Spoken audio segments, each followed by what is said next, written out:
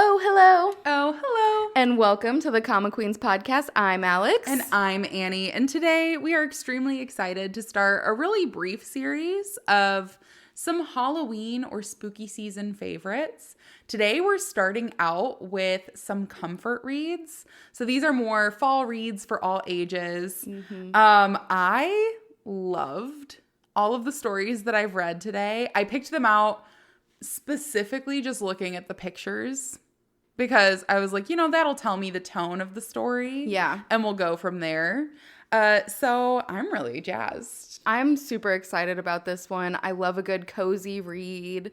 This is definitely one to read when the leaves are changing. You've got your nice little mug of hot chocolate or coffee. Apple cider. Maybe a shot of cinnamon vodka in it. Who knows? Whoever you choose to be that day, we support you. But anyways, today we're going to dive right into some of those comfort reads that we started reading, starting out with a series I read on Tapas. This is actually my first series I've ever read on Tapas. Is it really? So I'm patting myself on the back, yeah.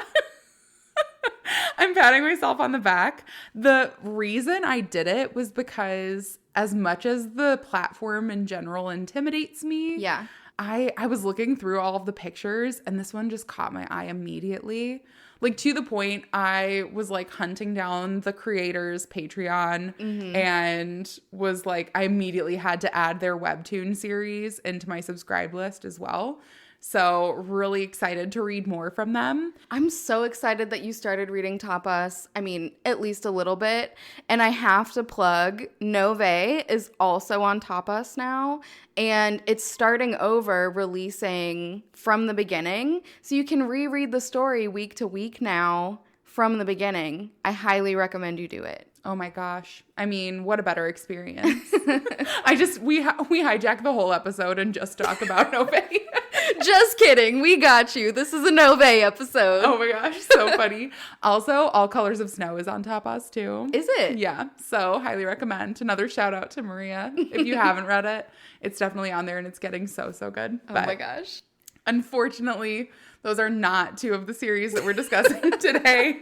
Today, we're going to dive right in, and starting out, we're talking about Forgotten Creatures. This one is by a creator named Mei Lee, and even her little picture is so cute. So I immediately saw this and go, this is gorgeous and stunning. The color palette was very dark and grim, but also soft. So lots of darker, neutral colors. But with the bright white accents, it was like, it just really brightened it up. I loved it. The entire thing was just very gripping immediately from the start. It's a picture of a man with really long hair and a girl with this bunny mask on. And it just really struck me. So right away, I said, I have to read this.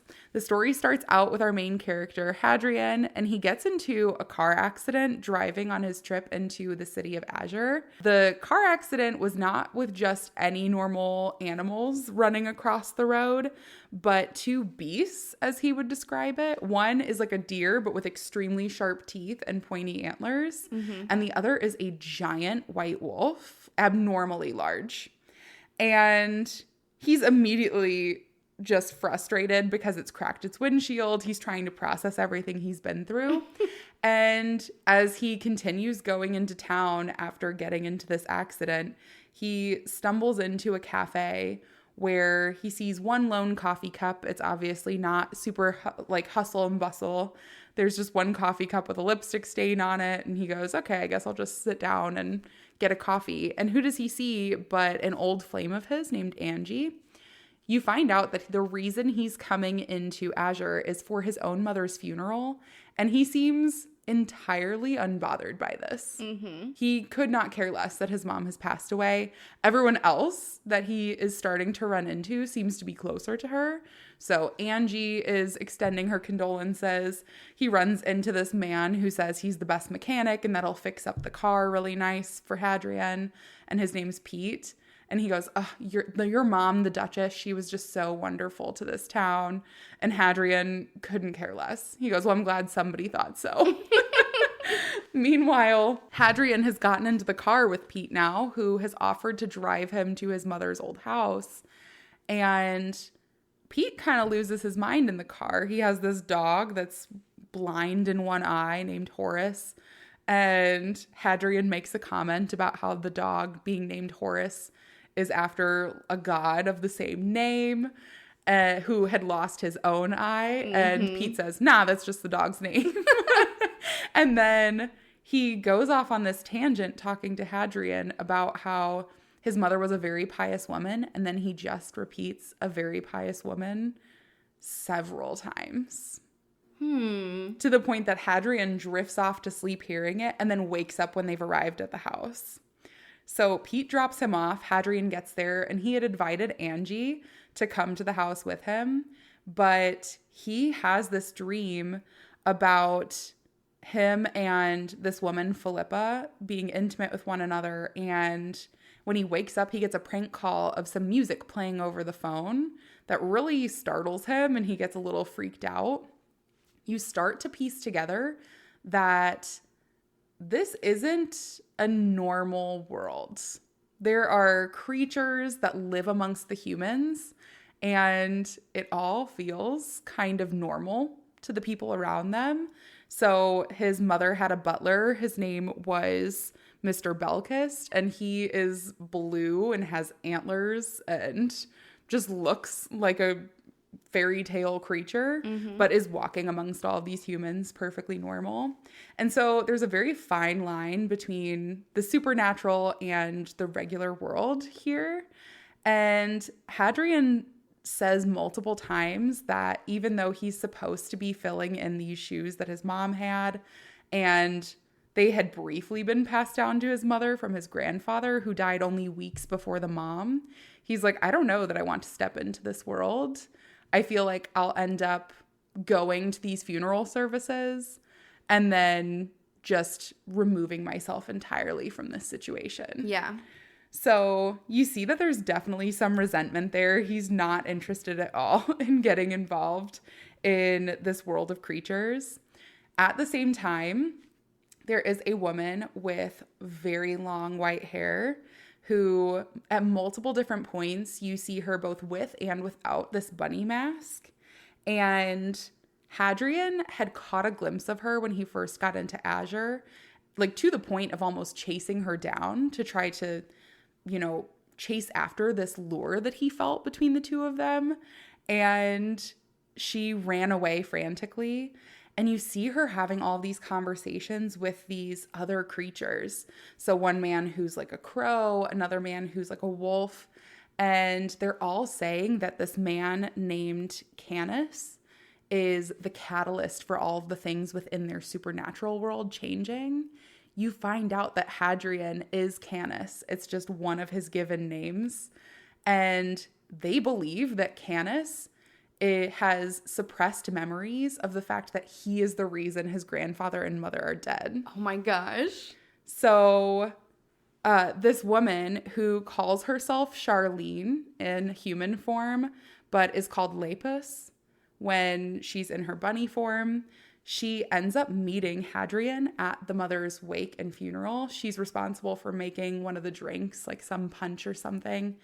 And she's told very strictly to stay away from Canis and Hadrian because they don't want any of this coming out, that they're trying to figure out what his role is in all of this. And unfortunately, there's almost this draw between the two of them where they can't stay away. They're constantly running into each other. And Hadrian immediately invites her to have a drink. She's trying to keep her own disguise under play. So she's making up who she is. And she's saying, oh, I'm related to this florist in the town. You probably don't remember her. And he does. And Hadrian goes, oh, I had no idea that, Lady Antebella had a daughter. So automatically she starts calling him Lord Eden and says, everybody knows who you are. You're Lord Eden. You're supposed to take after your mother, now that everything happened. And they grab a drink together, and Hadrian makes it very obvious that he's making moves on her. And Lepus is making it very obvious she's just trying not to get found out. That she's, having these discussions. But Hadrian poses that they should do a drinking game together to get to know one another, ask questions, and they get interrupted by Mr. Belkis' assistant, so the mother's old butler, and they say that they have to go in for the calling, which is some sort of ritual that's going to take place at this wake, where it's almost supposed to be like a transfer of power is what's insinuated. And Lepus thinks that this is how she's going to get out of everything. And Hadrian grabs her hand and says, "You're coming with me." And that's where we leave off so far. It is so gripping. It is a fantasy mystery. So I have loved this start to finish. There is an 18+ version of this on the creator's Patreon. However, the all ages version really is great for everybody. So highly recommend. It's had me on the edge of my seat, and I'm like trying to create that map for myself of piecing everything together. Yeah. But I love this. The art is wonderful and stunning, and the story and the characters are so good. Oh my gosh. Yeah, that sounds great. I'm glad that you chose a mystery for your cozy read. Both of mine are kind of cutesy. The first one that I'm going to talk about is Cotton Candy Toothache Sweet. I mean, you have to have some balance. Yeah, but a good mystery is always something you want in your cozy time. It really is. Just nice for those little cloudy days. Yeah, definitely. But if you want something that is cotton candy sweet, you should try A Spell for a Smith. This one is adorable. It's a fantasy on Webtoon. It releases every Saturday. There are 36 episodes out now, not including fast passes. So this one is about Ivy, and she's a witch. She lives on the outskirts of town, and she is doing something that you and I both love to do when we start off. She is working through her to-do list. Checking things off feels so nice and rewarding. It really does. And she agrees. She loves it as well. She's just going about. She's making her potions, putting things together, working on her herbs, doing all of her stuff that she needs to do. But then she has to go into town. She is delivering these potions and spells and anything that people ask her for, she's delivering it to town. And she's scared to go into town, and you see that all of the townspeople are just horrible to her. Even though they're coming to her and asking her for different potions and things, they are mean to her. Mm-hmm. Is it because she's a witch? Yeah, because she's a witch. And so she goes into town. She's trying to deliver all of these packages to people. And once she gets into town, she runs into a man named Brahm. And Brahm is a dwarf. So he kind of looks like a Viking a little bit, like red hair, long hair, long beard, braids, the little metal jewels in the hair. And he's pretty short because he's a dwarf. Mm-hmm. But they run into each other. He has never noticed her before, but looks at her and thinks that she's beautiful and is just like, oh my gosh, I've never seen her before. But then when they run into each other, she ends up running into someone else, and that man pushes her into a cart, and then everyone is blaming her for this instance that happens. And he sees how poorly she's being treated, and he just gets really mad about this. She runs away, so he can't do anything about it. He's at his forge. He's a blacksmith, so he's working at his forge, and you can just see him being like, I can't believe these small-minded townspeople. There is magic known in the world, so if she were to be in a bigger town, she would be well-respected and sought after for her healing powers. Mm-hmm. But in this small-minded village, she's just not. It's so sad. It's very sad. So he's working on his forge. He needs to go into the woods to get some supplies that he needs. And while he's there, he sees Ivy. She's also out foraging in the woods. And he thinks that he's not going to talk to her because he saw how scared she was, and he doesn't want to cause her to be scared anymore.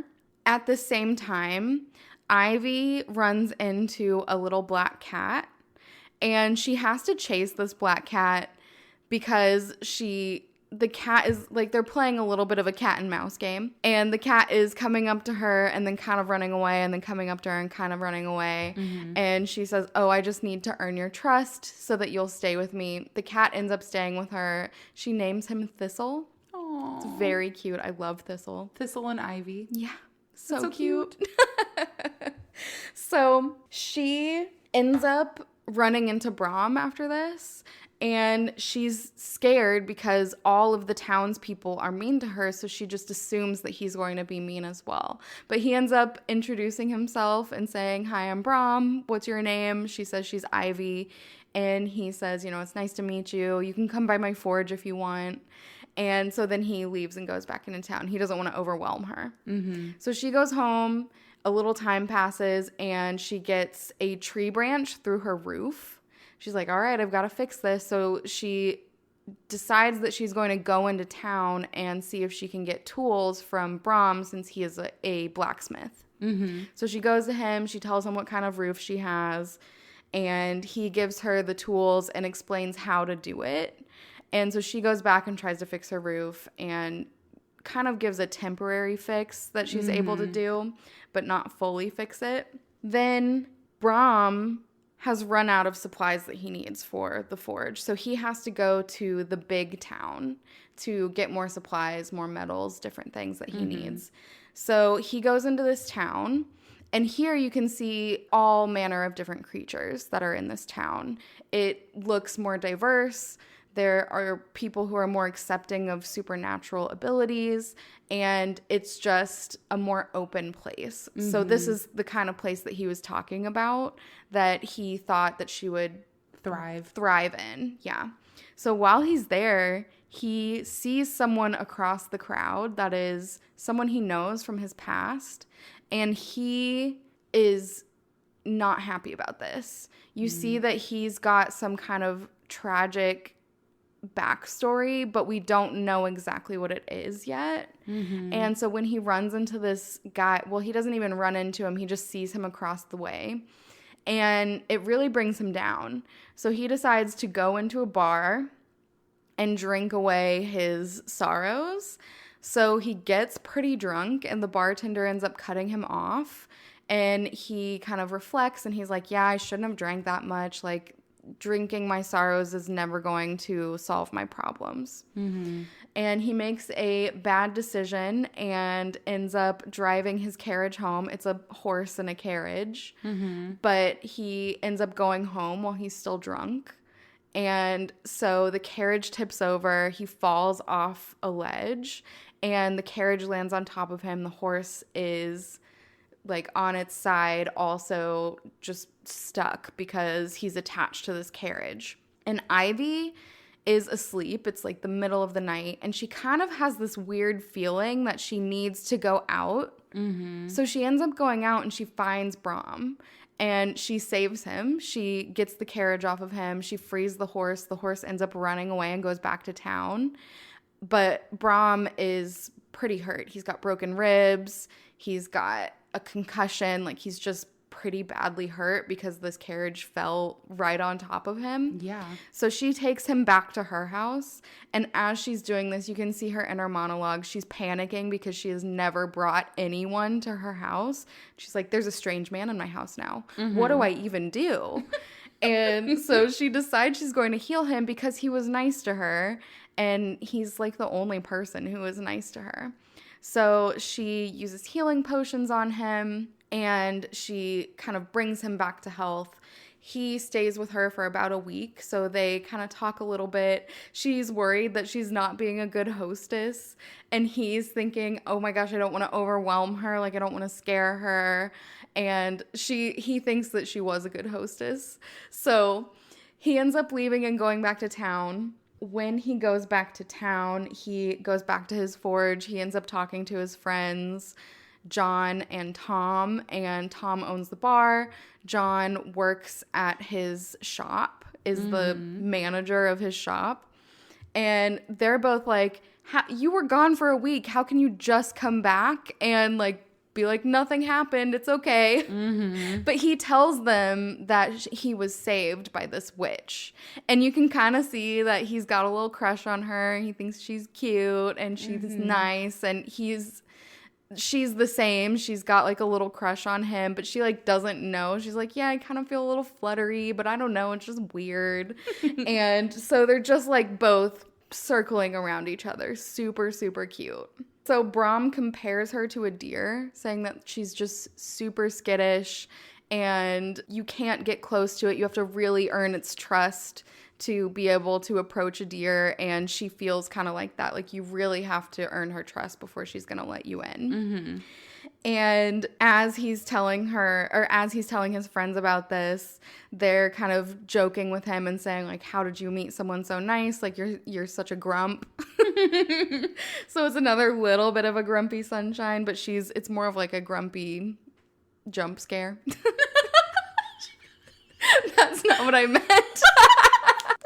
Okay, so Ivy has all of these protective spells and charms that she puts around her house so that no one can come and find her, because she's worried about townspeople coming out to her. Well, yeah, they're not nice. Yeah, but because Brahm knows where she lives, she's trying to be more open. She wants to make this connection. So she ends up going and breaking some of her spells so that he'll be able to find her.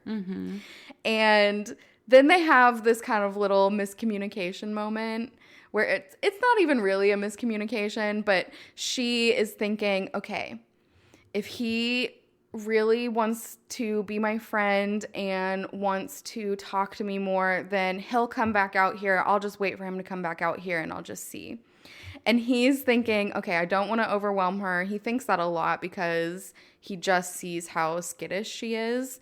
And so he says, okay, if she comes back to the forge, then I'll know that she wants to be my friend and like she'll be okay with me and she wants to talk to me. So they kind of both are just waiting for the other one. And Ivy ends up coming into town first.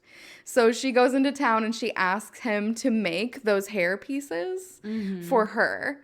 And he says yes, that he'll do it. And then she kind of goes home, and her inner monologue, she's just thinking, oh my God, he's a master blacksmith and I asked him to make hair jewelry. I'm such an idiot. Just having this little like moment with herself that we've all had when we ask someone for something and we're like, that's not the right thing. Yeah. So then you see that he starts making these hair pieces and he's talking to John, and John is saying, oh, does she know about the hair pieces, like what they mean for dwarves? And he's like, no, she doesn't know that.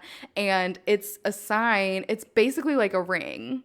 Like, it's a sign that you are involved with someone and you're publicly declaring that you're dating. So why does he wear them?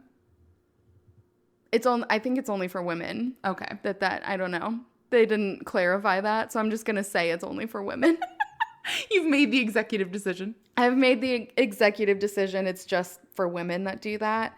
But he kind of says, she doesn't know, but I'm going to make them for her anyways because she's really nice and I like her. And I'm not going to say that we're dating because she doesn't know that that's what that means. Yeah. But, it's okay. So he goes and delivers these hair pieces to her directly, and she invites him in. She's like really nervous about it, but she's like, okay, he's made the move to come out to visit me. I need to be open and be willing to talk to him. Otherwise, he's just going to think that this is purely transactional. And so she wants to give him something as well because he's not going to let her pay for this.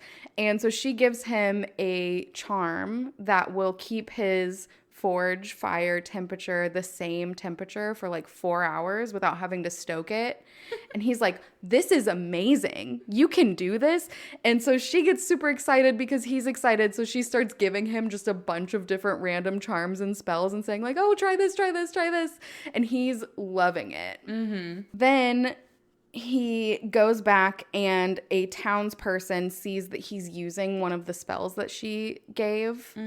And he comes in and he says, you're using that witch's spells. You better quit doing that or else I'm not going to come to your forge anymore. He's there to like pick something up.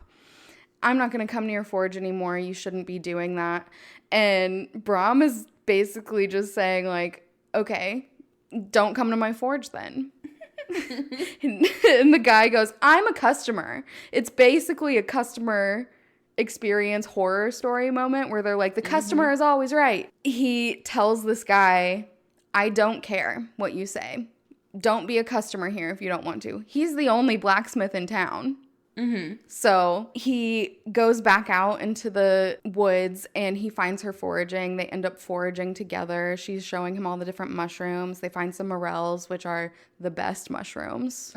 So good. Nice. And so then he goes out to the big town again because he lost all of his supplies the first time he went when he crashed everything. So he has to go again. He tells her he's going to be gone. And she decides to give him a gift. So she makes him a cloak that has a protection spell in it and good fortune so that he can have good fortune in his business while he's there. Aww. And then when he comes back, she has been missing him. He has been missing her. She goes to deliver another gift to him. And she overhears him and John talking. And he says that he really likes her and he wants to let her know. And he's hoping that they can be more. And she kind of panics. She doesn't know what to do. So she runs away. She puts more spells on her place so that he can't find her.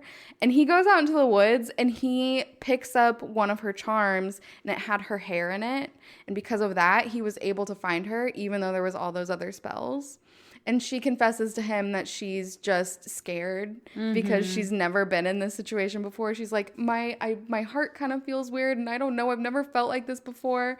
And so he just kind of takes her hands and he's like, it's okay. Like, I feel that way too. And they end up saying that they just want to continue to see each other. And so they do that. Aww. And it's so cute. So where we left off, Brahm has gone out to visit her again. They kind of go back and forth. They're visiting each other. She goes into town. He goes to her house. They have tea. They forage. They talk. They're just like super cute. And Brahm goes out and tells her that she is better than this town, that she deserves more than these people give her, and that she should be brave and go on and go find something better. And she kind of has a bad reaction to this. She says, I am brave every day being here and having to deal with all these people and selling to them even though they are so hateful to me. He kind of says, yeah, you know, that's not, I didn't mean it that way. Like, I know you're brave, but I was just saying, you know, he tries to explain himself and she's just not having it. She says she wants to be alone. So she goes back home. He goes and very angrily starts working on his forge. You can see that he's just upset with the situation, upset with himself because he didn't mean to hurt her feelings. He was just trying to be supportive and tell her that she deserves more than what she's being given right now. And at the end of this, you see that he wants to go and apologize to her. She's kind of realized that she understands what he meant and she could be doing better if she went somewhere else. So that's where it leaves off. I think that they're going to just reconnect and have a cute little moment, and it's going to be an I'm sorry, no, I'm sorry, and they just make up and live happily ever after. It's so cute. It's so cute. I love this makeup. one. I love this one so much. It sounds really sweet. Honestly, as soon as you described the dwarf too, it just reminded me of some character designs for some friends' old D&D characters. Oh, yeah. I think it's like a very like stereotypical dwarf characteristics, but I love it. It sounds beautiful. It is. Oh, I'm so happy. Well, moving on to my last comfort read for the fall season. This one might come as a surprise to some people who've read the series. To me, it's extremely comforting. It's called Love Advice from the Great Duke of Hell. This is a comedy series on Webtoon, and it's completed with 131 episodes. It is now a Fast Pass series, but the one thing I'll point out, it has unlimited ad passes. So if you have the patience of a saint, you could in theory, binge this series. You just have to watch a lot of ad content first. But it is worth every single ad that I had to watch to get to where I am today. I have reached the end of season 1, and I don't want to give too many spoilers because surprisingly, being a comedy-focused webtoon, there is a lot of plot progression as well. So I don't want to give too many giveaways.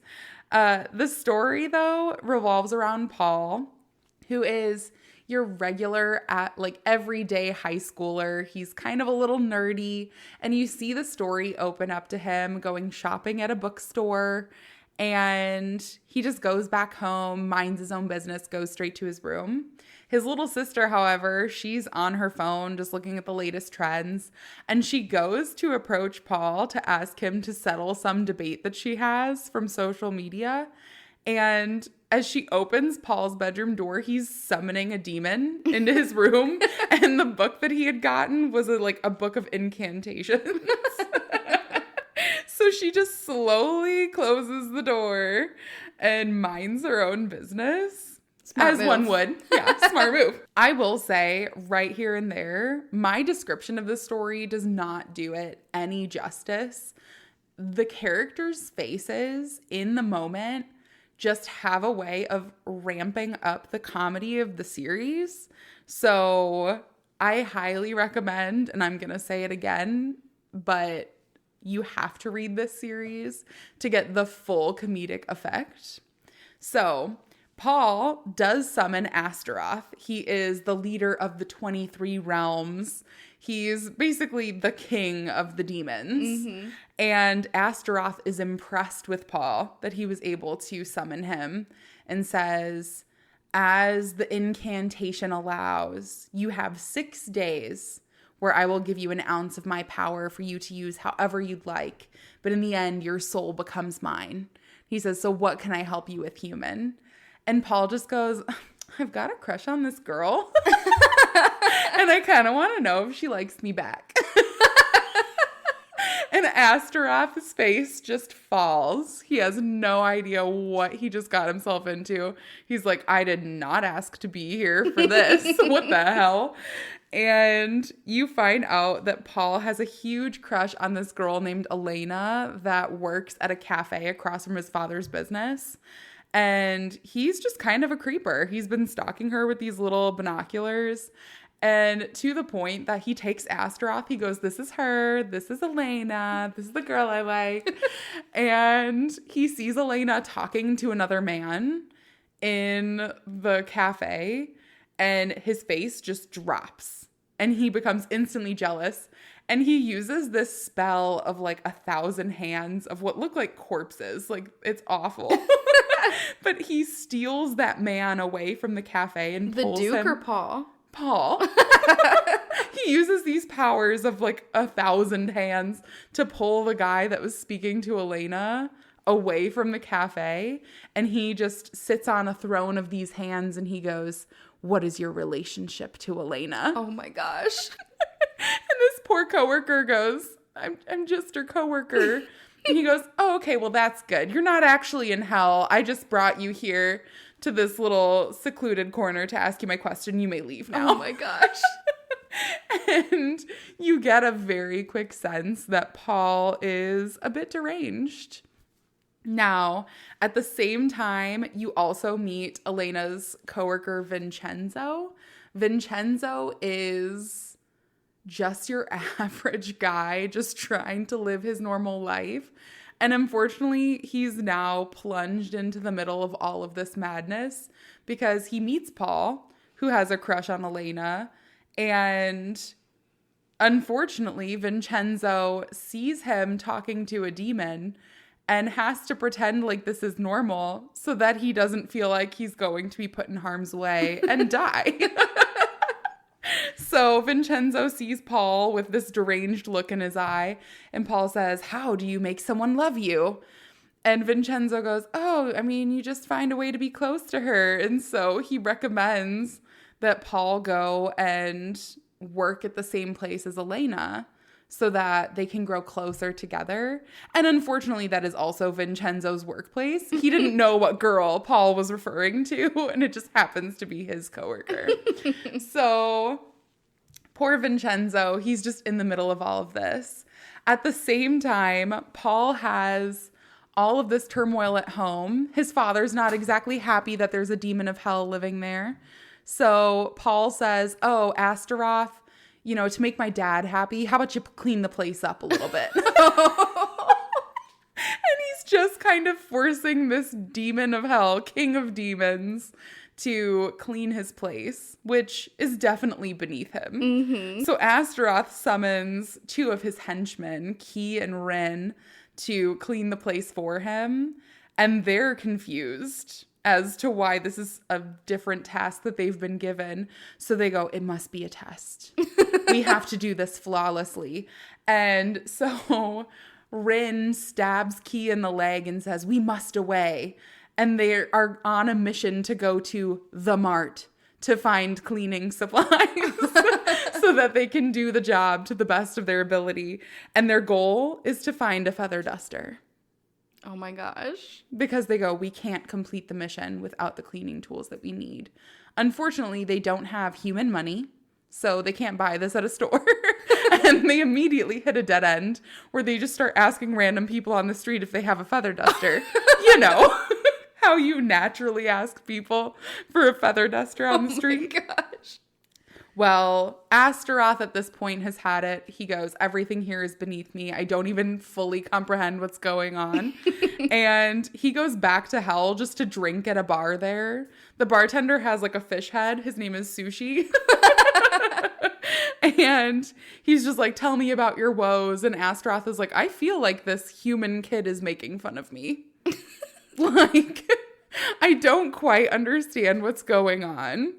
And he still kind of wants to help Paul in his endeavors, but he's very conflicted because he's like, this is not what I'm here for. Mm-hmm. This is not what the incantation said. And Sushi goes, you have to give him a taste of his own medicine. Like, we should be going out there and seeking revenge for you, for him trying to make you look stupid.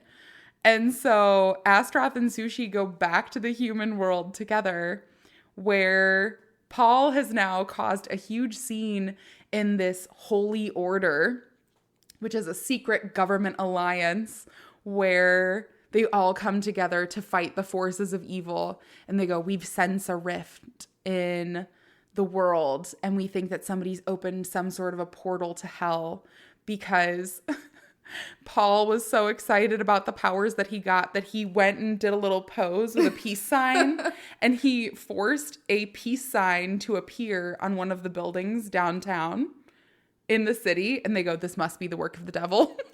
Oh my gosh. And it turns out that Elena works for the Holy Order, which is against Paul, who just summoned the king of hell to their world. Oh my gosh. So, enemies to lovers. It's fine. Anyways, Astaroth and Sushi now have their own mission of trying to seek retribution while also maybe helping Paul to win Elena over. Mm-hmm. Paul is now working at the restaurant with Elena to try to get really close to her. Elena is now working with the Holy Order to try to figure out what the rift is and what demons were summoned into the world. And poor Paul's sister, Juliet, is just in the middle of all of this going, I just wanted to live a normal life. She goes, I just wanted to, have a question about the social media page for my brother. And now she finds out that she has so much pent up rage that she's actually a candidate to work for the Holy Order because she has so much positive energy that she can channel into actual holy power, that now the Holy Order is trying to get her to go against her brother. Oh my gosh. So, lots of little mismatched lines going on here. Anyways, in one of the last things I'll be telling you about, Astaroth and Sushi do run into poor Vincenzo, the boy who works at the cafe with Elena, And it turns out that his mother is also the manager of the cafe. The manager of the cafe falls in love with Sushi as a fish man. Okay. Vincenzo is terrified of the both of them. And they come to him because they say, we need to get revenge on somebody. And so you need to tell us what it's like to fall in love with a woman and to make a woman fall in love with you. And Vincenzo goes, let me consult my diary. And his diary is him Googling how to make a woman fall in love with you because he is a teen boy. Oh my He has gosh. no idea. And so he tells them, dress the part. You have to look attractive. You have to woo them over, So Astaroth turns himself from this giant demon form into his human form. And they're in the middle of Vincenzo's bedroom. And who walks in but Vincenzo's little brother, who now sees a buck naked man standing in Vincenzo's room, and now assumes that as the little brother that he is, he has all of the fuel to make fun of his brother for the rest of his life for having a naked man in his room. Oh my gosh. So things just get worse for Vincenzo. You find out now that Astaroth's plan is to go to the cafe as this extremely attractive man whose, side note, the creator consulted 2 different webcomic creators to see what they would describe as the most attractive man. Oh my gosh. So that he could create Astaroth's human form. And one of the creators is Juniper, so the creator of Sub-Zero. Was one of the people who helped create this person. I have to see this person. It's honestly so good. But Astaroth in human form walks up to Elena at the cafe, who's now training Paul at the job. And he goes, I would like to ask you on a date. And she goes, oh, okay. I mean, maybe. And Paul is thinking to himself and he goes, no, it couldn't possibly be that way. I need to go on a date with her. Turns out he said it out loud. So Elena says, why don't we just have a competition? Whoever serves the customers the best today gets to go on a date with me. And Astaroth goes to introduce himself to Elena, realizes he can't give his real name in the beginning. So he introduces himself as Ass. I saw that one coming. Oh my god. My name is Ass. And they go, wow, what an exotic name. So they do end up serving. They kind of have their serving competition. And if that does not just tell you all of the pandemonium going on throughout this story, that's all just part of season 1. Oh my gosh. Chaos from the top. Chaos from the top. And I tell you what, every single episode has had me laughing out loud. It is one of the funniest stories I've ever read, and I highly recommend it. Yeah. I know that comedy might not fall in everybody's comfort vibes, but it definitely is something that I'm reading just for the fun of it. Oh my gosh. Yeah, that sounds amazing. I mean, I was laughing just hearing your retelling of it, so I can only imagine how I'll funny have it to is. show you hot ass. Yeah, you you will. Well, comedy does fall into my fall comforts as well. My last story is also a comedy. It's called My Vampire Roommate. It's on Webtoon. There is no scheduled release for this one, so it's just an at-random release. Mm-hmm. This one has 73 episodes. They are shorter, though, so it's pretty easy to catch up on this one. But this one is about Leo. He is a 33-year-old history professor, and he needs a roommate because, as he says, teachers don't make that much money. True. So he needs to find a roommate so that he doesn't end up homeless. So it would be a travesty. It would be a travesty. He is looking for a roommate. He also is getting some tips from his family that he should be trying to socialize more. So he thinks, all right, fine, I'll just package it all into one. You guys want me to be social. I need a roommate, so I'm just going to kill two birds with one stone. Yeah. So he puts an ad out for a roommate, and Raymond is the one who responds to his ad. So Raymond comes to the door, and he says, I'm here to be your roommate. And Leo says, okay, come in. Mm-hmm. And Raymond says, oh, I can come in? You're inviting me? He has to be invited in. No red flags. No red flags. So Leo's like, yeah, you can come in. So Raymond comes in. Before he's accepted at all, he just assumes that he's going to be the roommate. So he says, okay, all of my stuff's downstairs. Help me go down and get it. And Leo just kind of agrees and ends up helping him out. You can see he's kind of frustrated with his facial expressions, but he needs a roommate. And he's just kind of going to go with the flow. Yeah. So they bring in all of his stuff. You see he has a bird with him. It's a raven. It's really cute. Aww. And he instantly starts doing things that are very suspicious. So he puts up blackout curtains and says that it's because the sun bothers him. Leo offers him a bed that goes with his room. And he says, no, I'm going to sleep in my coffin. It's much more comfortable. And Leo's like, that's weird. You know what? I like Leo, but should he really be teaching people things? I think he needs to learn a couple things himself. I know. So he also talks about having albinism. So he has albinism. He thinks that Raymond does too. And that's why he's very pale and has bad experiences with the sun and wants the blackout curtains. And he also thinks that Raymond looks a little goth because he just wears all black clothes. He's got black hair. He's got his black raven. So he's like, he's just a goth guy. It's fine. Yeah. So then he's introduced to the raven. The raven is his assistant, Lewis. It reminds me of that terrifying decoration from Target where he says, I'm not a jack-o'-lantern. My name is Lewis. I don't think I've seen that. Oh my gosh, you have to. Oh my gosh. Okay, well, you can show me later. Thanks, Annie. So Raymond goes to pay him for the rent. And he's asking Leo how much it is. He just hands Leo a huge stack of cash.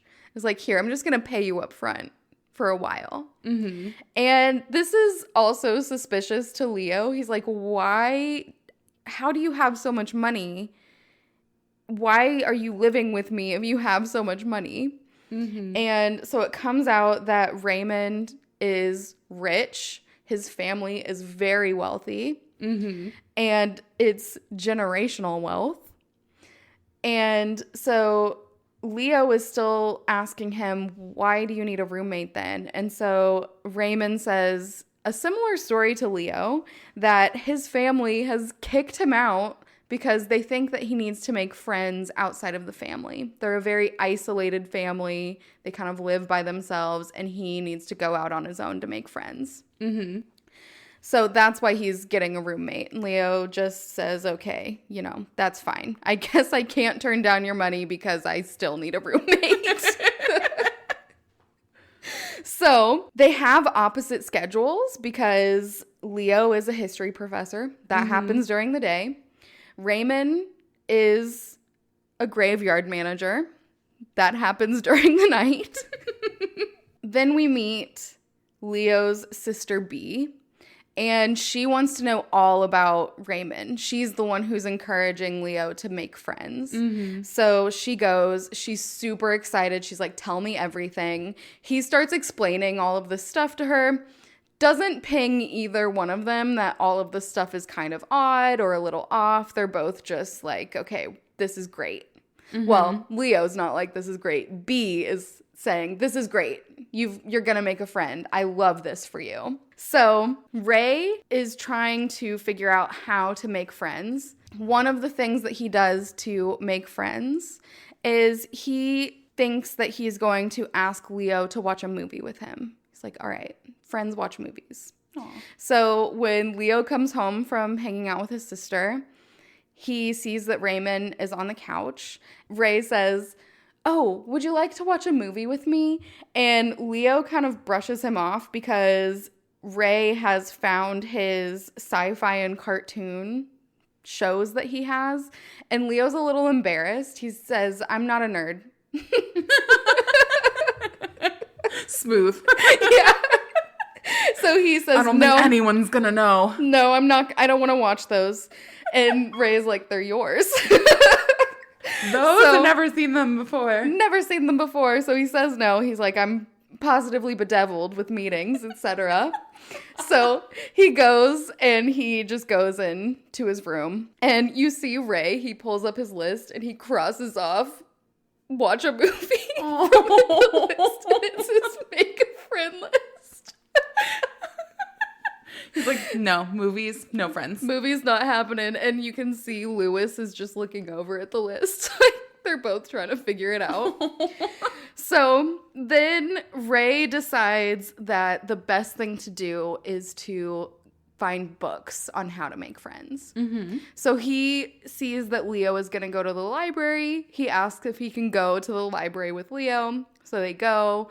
Leo goes and does he's grading papers. That's why he's there. Mm-hmm. And Ray walks around. He finds a book that's called How to Make Friends. And Leo sees him reading this book. And he kind of makes fun of him a little bit for it.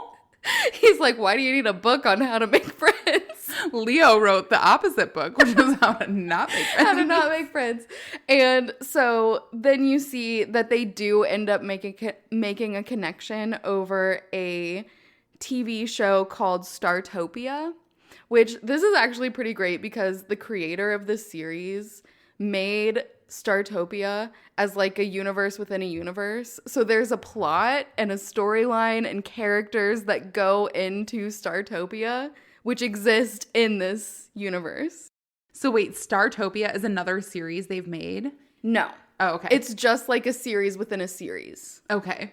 But very detailed. Mm-hmm. They go back to it all the time. So you actually get plot from this show through this series. I'm just saying they should probably make Startopia into its own series. They probably should. And then you can kind of read both and see how they thread. Yeah, it's a sci-fi kind of Star Trek style show.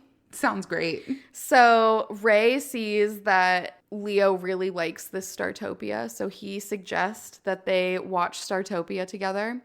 So they start watching it, and then Leo decides that they should have some pizza, and Ray just kind of freaks out a little bit. He's like, no.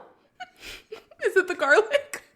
He goes, Italian food and we don't really work out together. And then it's just kind of awkward for a while because now they don't know what to say to each other. But eventually, Ray does start talking about different characters in Startopia, and he says, oh my gosh, I love this show that we're watching. Are there other ways that we can watch this? And then Leo goes in like, yes, there's books, there's movies, there's TV shows. Like, he starts talking all about this, all the characters and stuff, and so they kind of have that little moment, and it really kind of helps them bridge that gap. Then Ray is like, all right, I'm making progress. This is great. So he ends up going to Leo's school, to his class, and he is talking to Leo. They're going to go and hang out after class. Mm-hmm. And so Ray comes into the class, and Leo tells him, you can't be in here during class. You were supposed to meet me after.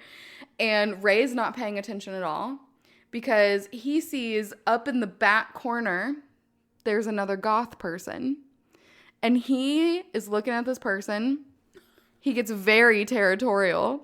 He goes and sits right next to them and is just staring at them. And the other person is terrified. Do they think he's a vampire? He is a vampire. It's another vampire. Oh my God. So Leo starts texting him to tell him, like, please chill. And you see that his name in Leo's phone is Gothzilla.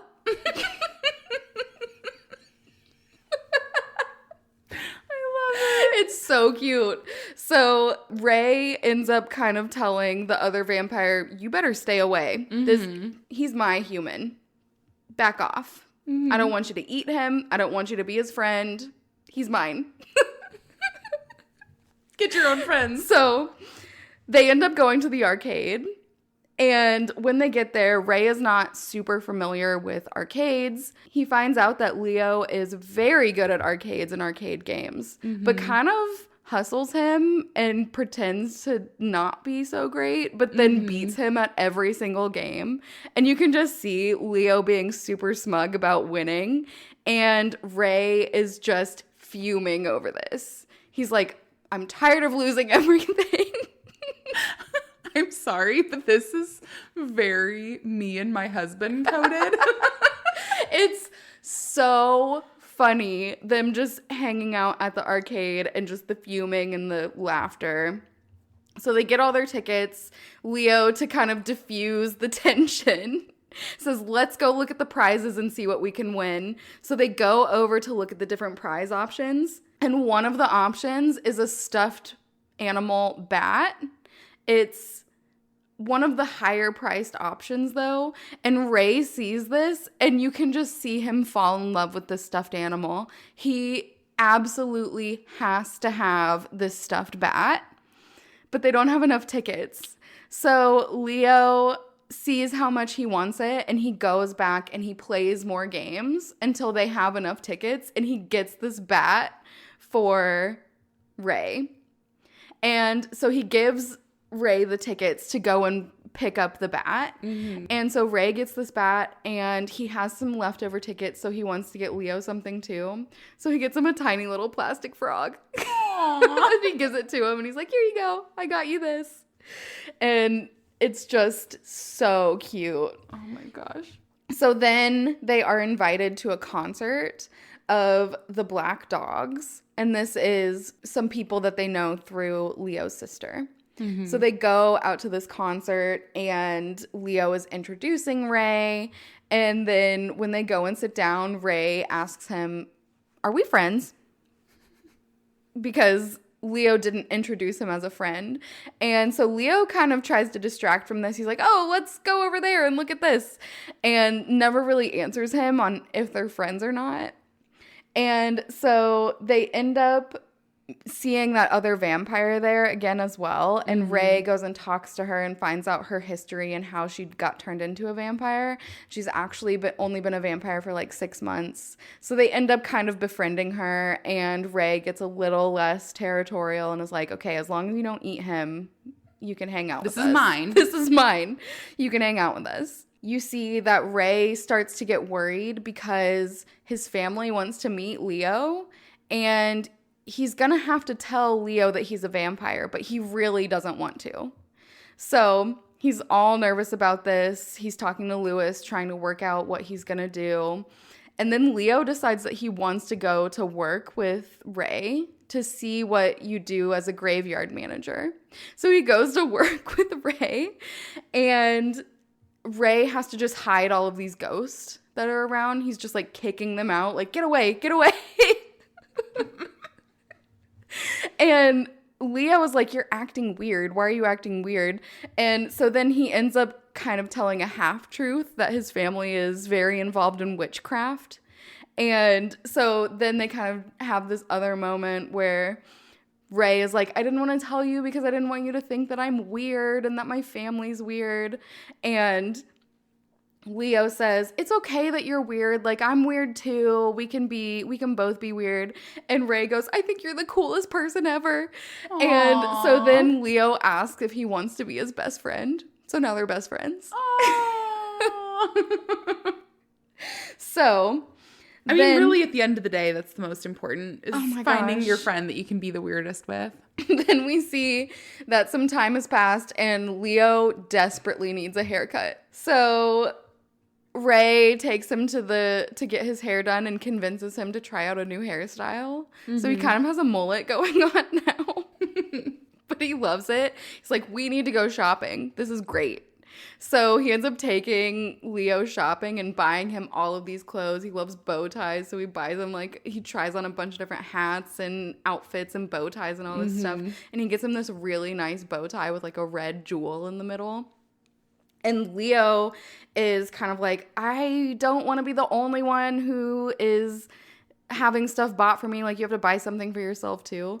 And then you find out that Ray has bought an owl to match the bow tie that he got for Leo because they're best friends.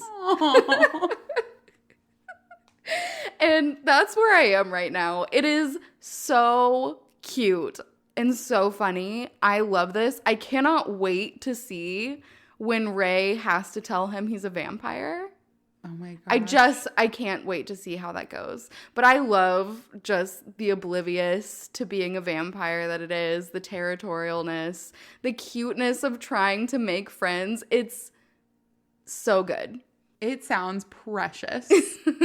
I love it. I'm definitely going to read this one because I've been in a very comedy mood. Yeah. So I think this will really go well with that. Yeah. Oh my gosh. I love it.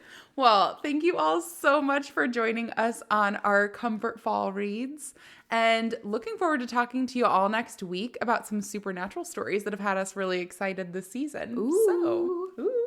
Looking forward to talking to you all on the next one. Goodbye. Bye.